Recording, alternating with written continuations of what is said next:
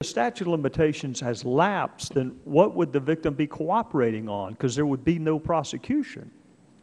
The gentlelady yield? I yield to the gentlelady from California. Witnesses can also be of value in a prosecution, as I'm sure you know from your rich history as a prosecutor. And if there are witnesses, which frequently there are not in domestic violence cases. And here's a situation where you have, for example, a serial rapist. The statute might have lapsed for the immigrant victim, and yet you have a prosecution of the offender that might find her testimony of value.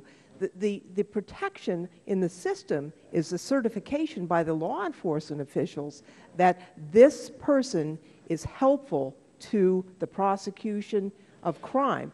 If the person is not helpful, the certification will not be made and the U visa will not be issued. And reclaiming my time and yielding again to the gentlelady from California, let me just ask that if the statute of limitations is run and you have information that has come forward by witnesses that is recorded, could this information be looked at for future cases unrelated to this particular case, but cases where people keep coming forward saying something is wrong here, this victim has, this perpetrator has been committing this crime? Is that helpful information? Well, certainly, and obviously each case, you know, rises and falls on its own.